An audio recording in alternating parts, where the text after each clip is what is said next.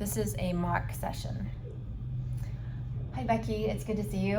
Welcome back. Good to see you, Jen. Thanks. Yeah, so I feel like we covered a lot of territory last week. I just want to give you some space to tell me how your week has been and what you have coming up and what you'd like to talk about today.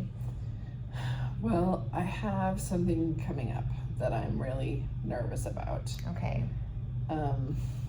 So I've told you about what my drinking was like in college, right? Yeah. I was, passed out, blacked out. I was living a dangerous life back then because I was just young and stupid. And I've come a long way since then. I just drink really moderately, in my opinion, and I'm glad that I've been able to get out of that, my youthful indiscretions, as my mother would call them. Sure. But this weekend, my college friends have invited me to a hockey game, and it's something that we used to do all the time when I was in college. Okay. And I don't know if you're familiar with the culture of this kind of thing, but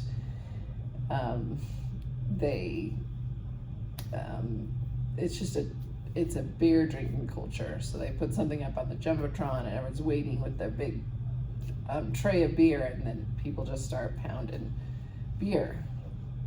And I'll be in the middle of that, and in the middle of all those college friends, so I'm just afraid my head is gonna go back, and my behavior, all the emotions, everything's gonna go back to and revert to college, and I'm gonna drink out of control, and I don't know how to stop that. I'm just pretty sure that's gonna happen. Okay, so that sounds like a challenging situation that's coming up. Yeah. And you said something interesting that I want to explore. You mentioned that your worry is that when you get with this group of people in that environment that you're going to revert back. Yeah. So tell me about that statement. Like, what makes you think that you're going to revert back to that? As someone that I know your drinking is pretty moderate now, and you feel like it's under control. So let's talk about that.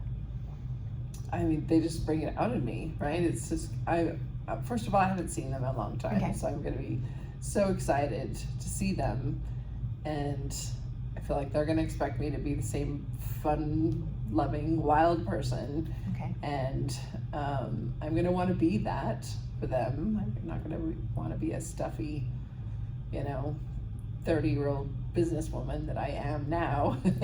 Yeah. And I want them to still like me, and plus it just sounds fun too, to just kind of let it go for one night. So I've got a lot of demons in my head right now, just saying just have fun, and then the angel on the shoulder is like, no, don't do it. Don't do it. Yeah, so so many emotions and so many worries and fears. Right. I want to explore something you just said, when you're talking about anticipating being with them. You said, I want them to like me. Mm-hmm. So let's talk about that statement. I want them to like me. Like, what is the fear in that? I guess I had a lot of fun in college, and I liked being liked by big groups of people, and now I'm just living the boring suburban life. And I don't have that many friends. I just go to work, and I have my husband, but we just watch TV on the weekends. It's just kind of uneventful. So I think there's a part of me that wants to go back to that life of just having lots of friends and just no cares in the world, and people don't wonder how much money I make or what kind of car I drive. We're just having fun, and they love having fun with me. Okay. As you were talking, I'm wondering if or what the association is with people liking you and drinking. What are your thoughts on that?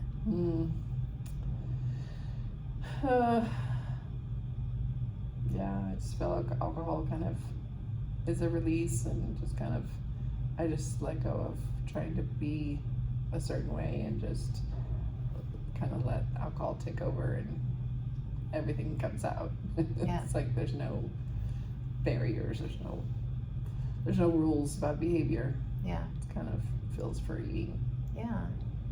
So if I'm hearing you right, it sounds like that there are a lot of different fears associated with this event. Mm-hmm. You know, first that fear that you mentioned of, you know, you're going to be with a group of people and you've gotten yourself in a place where you can control your drinking, and that fear of being out of control, not being able to control that. And then there's also a fear I'm hearing of acceptance, that if you don't do the things that you used to do with this group of people, that you won't be liked. And that's hard. Like those are hard feelings to sit with, Yeah. I would imagine.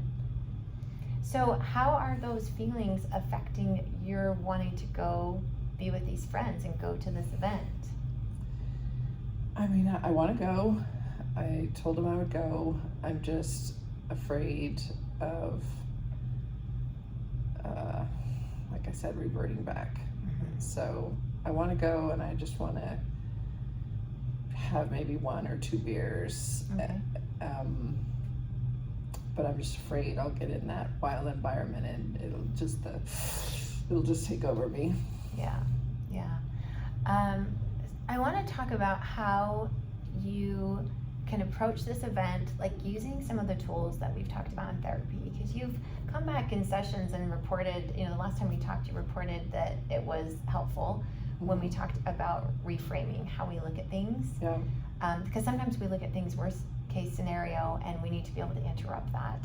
Yeah. And I'm wondering, we talked about the CBT triangle, how we have the power when we have a thought come into our head that's not helpful, we have the power to stop and take pause and replace that with a more helpful thought.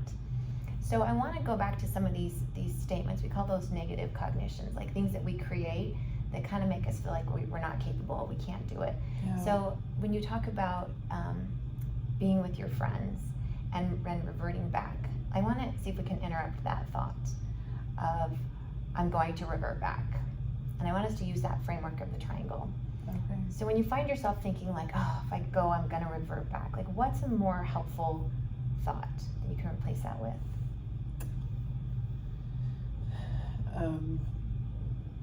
If I go, I can choose how many beers I drink. Yeah. And when we went through that process before, you're going to have a very different emotional reaction than keeping that thought of like, I'm just going to revert back. So I want to challenge you to somehow incorporate that CBT triangle into your evening with your friends. What do you think that would look like for you? Something just to help you think of the image, whether it's visualizing it in your head or a physical, being able to physically see it. Like what's something that feels like it would be comfortable in that setting just to help you remember? I'm picturing me holding a mug. So I wonder if right here on my hand, right where I can see it when I go like this, I could just draw a triangle. Oh, yeah. And I think it would catch my attention because I wouldn't be used to something being there. Yeah. And then I could just wash it off afterwards, and I could look at that and kind of reassess, what am I thinking, what am I feeling, what do I want to choose. Yeah. Okay. That would be good. That's a really good idea. Skill. Yeah, okay. I like that. And you do, I mean, you've got some cool tats on your arm too, so I feel like it would kind of blend in and not be an obvious thing. So I think that might be a good thing to try. Yeah. To help you, and not only the thought of I'm going to revert back, but like when I hear you saying I'm worried they're not going to like me, like if I'm not drinking like they are, but then being able to interrupt that thought of like, wait a minute, like what makes me think they haven't changed? Right. Yeah. I don't know why I think I'm the only boring one. They're probably all boring too. Maybe, right? But that's a perfect example of interrupting that thought of they're not going to like me. Like, wait a minute, we've all evolved. We're all older and grown-ups. Like, I love that. That's really good.